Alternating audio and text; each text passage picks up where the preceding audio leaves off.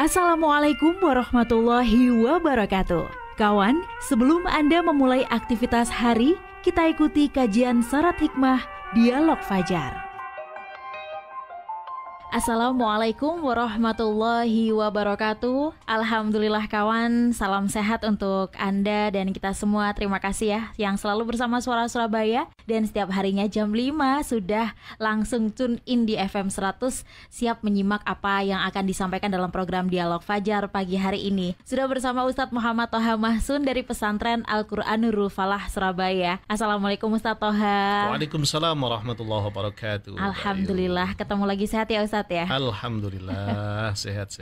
Iya, di cuaca yang kadang beberapa ada yang hujan, ada yang belum hujan ini membuat kita apa ya Ustadz naik turun gitu ya. Naik turun ya. Mempengaruhi kadang itu seputar hidup yang katanya harus apa adanya gitu. Iya, benar. Tapi kalau dalam agama itu apa emang nggak boleh kaya ya Ustadz ya? Boleh, harus? Iya, boleh Ustadz Toha dijelaskan itu hidup apa adanya, dan tapi bagaimana ya kalau supaya kita ini bisa kaya gitu. Selengkapnya bersama Ustadz Muhammad Toha Mahsun. Alhamdulillahirabbil alamin, wassalatu wassalamu ala asrofil anbiya'i wal mursalin sayyidina wa maulana Muhammadin wa ala alihi wa ashabihi ajma'in, amma ba'du.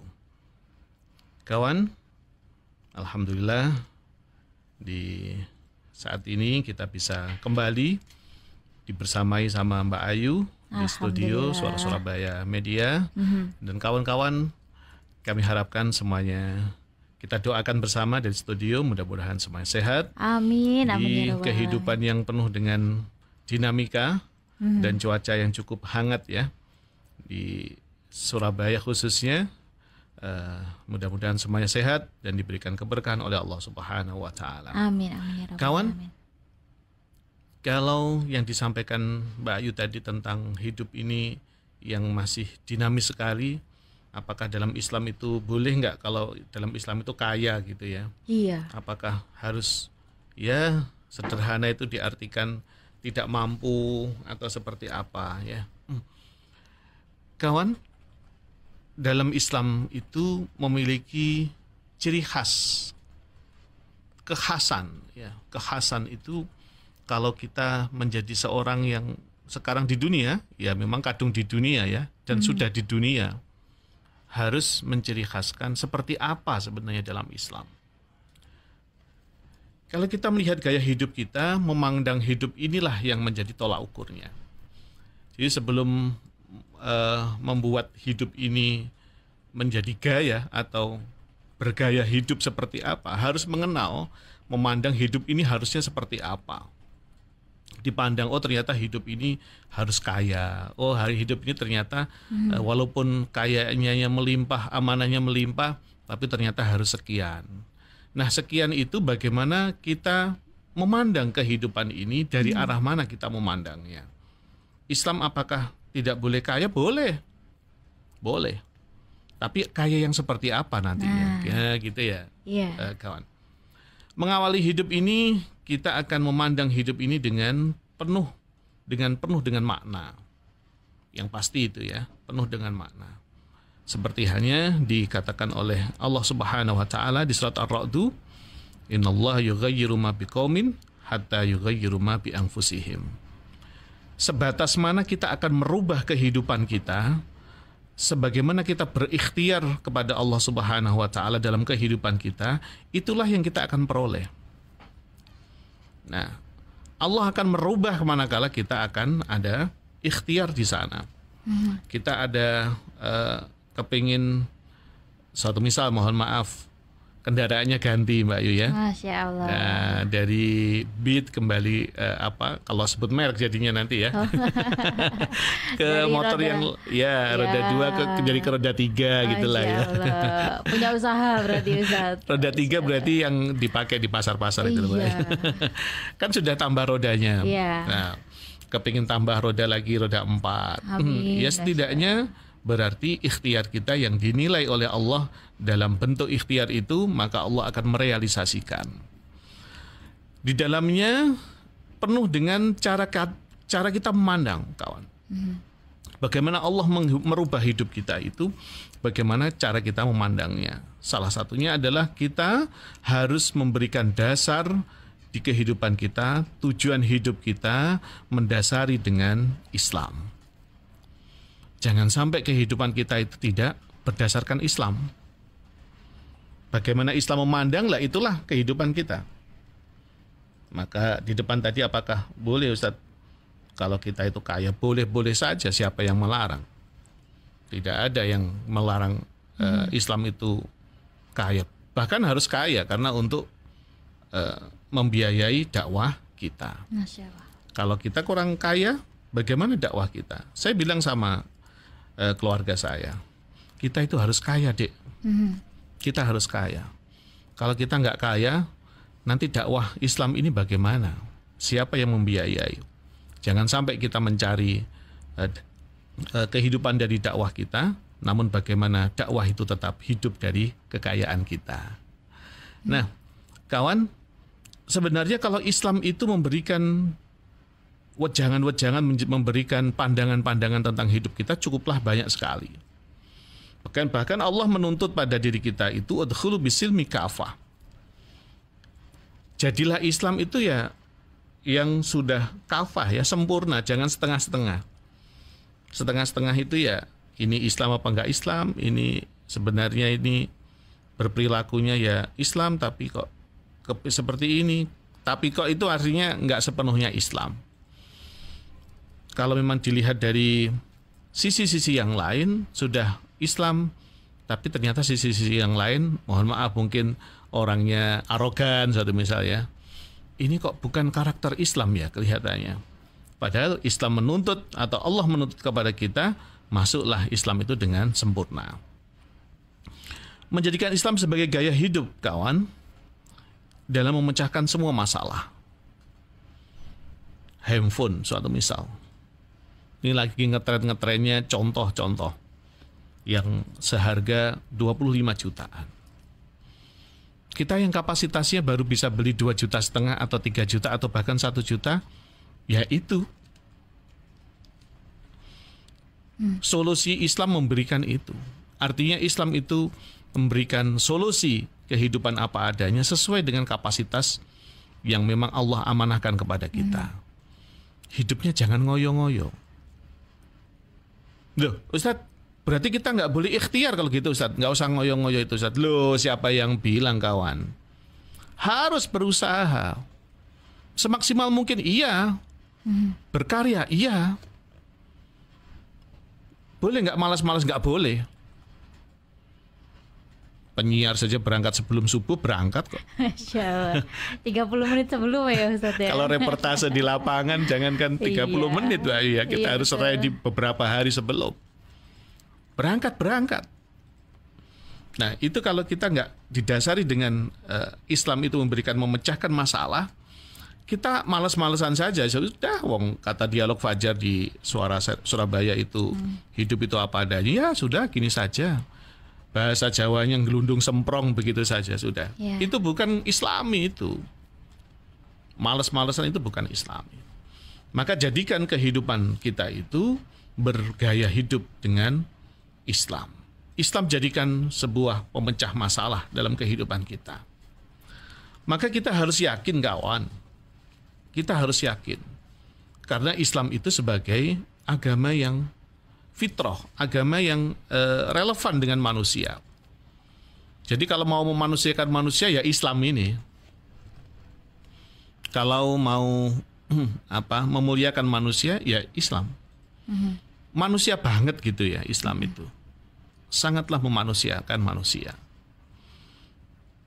Jadi kita harus meyakini bahwasanya Islam itu adalah agama yang sangatlah cocok bagi manusia. Memuliakan ia, tidak menyakiti ia, ya gitu ya. Memberikan ajaran yang benar ia, gitu. Saya yakin agama-agama yang lain juga sama ya, betul. Sama. Namun kita harus yakin bahwasanya Islam, karena kita beragama Islam, Islam itu adalah agama yang sangat fitrah, yang sangat cocok untuk manusia. Yang kedua, kita harus yakin, kawan, kalau Islam itu adalah universal. Islam itu untuk semua manusia. Islam tidak hanya satu golongan saja. Kita faham, kita tahu bahwasanya Islam itu di Arab sana ya mayoritas ya. Nabi tuntunan yang membawa Islam itu ya di Arab sana. Berada di Makkah, di Madinah, dan dagang sampai Syam. Dalam sejarah seperti itu. Tapi apakah kita harus Islam sebaiknya orang Islam kita harus menjadi orang Arab? Tidak. Kita menjadi sosok yang Islam yang sangat baik, sangat mulia, sangat sempurna. Kita sampai masuk seperti Islam tidak setengah-setengah tadi Mbak Ayu ya. Tidak harus menjadi orang Arab, tetap menjadi warga negara Indonesia. Bahkan di Al-Quran tidak ada namanya ya ayyuhalladzina al-arabu suatu misal, wahai orang-orang Arab. Tidak, tapi ya ayyuhan nas, wahai manusia. Mana yang dipanggil oleh Al-Quran? Ya manusia. Siapa manusia itu? Ya merasa dirinya manusia. Kalau tidak merasa manusia tidak dipanggil sama Allah di Al-Quran. Maka di sini cukuplah luas. Islam itu dikembangkan, dilahirkan di negeri Arab, dikembangkan sampai magnetnya sampai di negara kita di Indonesia. Itu namanya Islam. Kita harus yakin Islam itu universal. Yang ketiga kawan, bagaimana gaya hidup kita Islami itu, kita harus meyakini bahwasanya Islam adalah agama yang terakhir yang dibawa oleh Nabi yang terakhir. Tidak ada loh Nabi setelah ini. Tidak ada loh agama setelah Islam. Ya. Loh, itu satu hal. Ada kemarin itu orang yang memiliki kapasitas cukup tinggi. Dia namanya Nabi, bukan, nggak ada. Masya Allah, astagfirullah. Nggak ada. Iya. Itu ada ajaran baru itu seperti ini, itu bukan Islam. Tidak ada. Saya tegaskan di Suara Surabaya di Dialog Fajar. Tidak ada agama setelah Islam. Setelah Nabi Muhammad sudah tidak ada Nabi. Setelah ajaran Islam sudah tidak ada agama lagi. Ya murni Islam ini saja. Sudah agama yang terakhir dan dibawakan oleh Nabi yang terakhir. Kalau ada orang yang ngaku Nabi, dia Nabi palsu itu. Biasanya terus mencari popularitas begitu Mbak Ayu ya. Biar nanti disorot sama media massa, disosmedkan, akhirnya viral, terkenal. Nah seperti itulah. Karena Nabi juga sudah bilang nantinya di akhir zaman akan muncul ajaran-ajaran seperti itu. Kawan, agama terakhir dan Nabi yang terakhir itu harus kita yakini dan kita pedomi bersama-sama. Masalah pecahan-pecahan, menjadikan paradigma yang berbeda, ya itu wajar-wajar saja. Zaman Nabi itu sudah kehidupan yang berapa ratus abad silam. Kita berada setelah Nabi 500 abad silam satu misal. Cukup lama sekali. Saya itu bilang sama Mbak Ayu, Mbak Ayu bilang sama kawannya, bisa amin, bisa A+. Nah, ini sangatlah wajar kawan.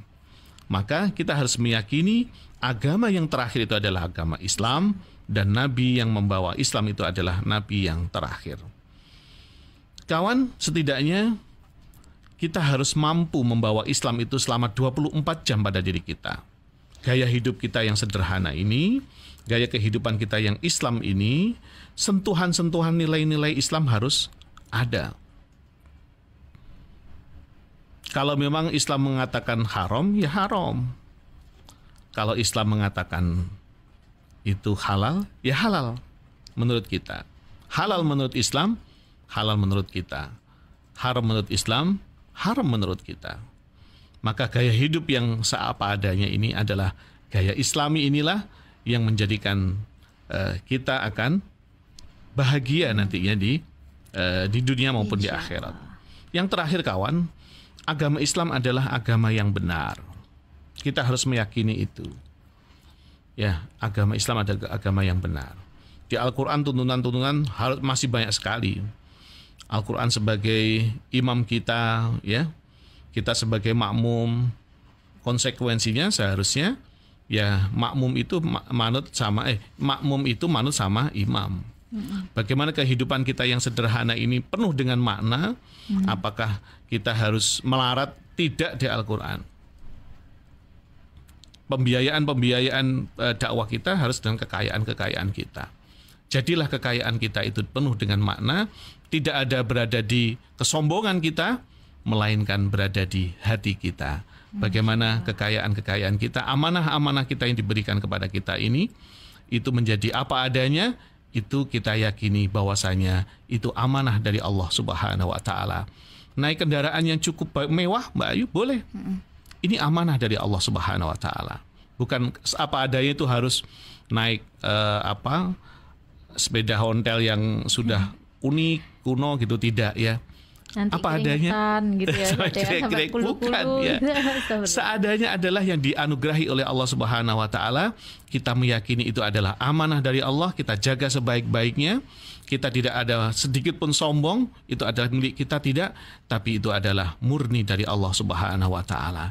Kalau diambil sama Allah, ya itu haknya Allah. Karena amanah, ayo apa yang diberikan oleh Allah kepada kita manfaatkan sebaik-baiknya. Amin, amin, ya Rabbal Selamat alamin. Bahagia dengan hidup seadanya di dunia ini. Terima kasih Mbak Ayu. Sama-sama. Mohon maaf atas kekurangannya. Insya Allah semoga bermanfaat kawan ya, menjadikan kita hamba yang kaya. Masya Allah, amin. Demikian juga dialog Fajar pagi hari ini. Saya Fitriana Ayu dan juga Ustadz Muhammad Toha Mahsun pamit. Wassalamualaikum warahmatullahi wabarakatuh. Waalaikumsalam warahmatullahi wabarakatuh.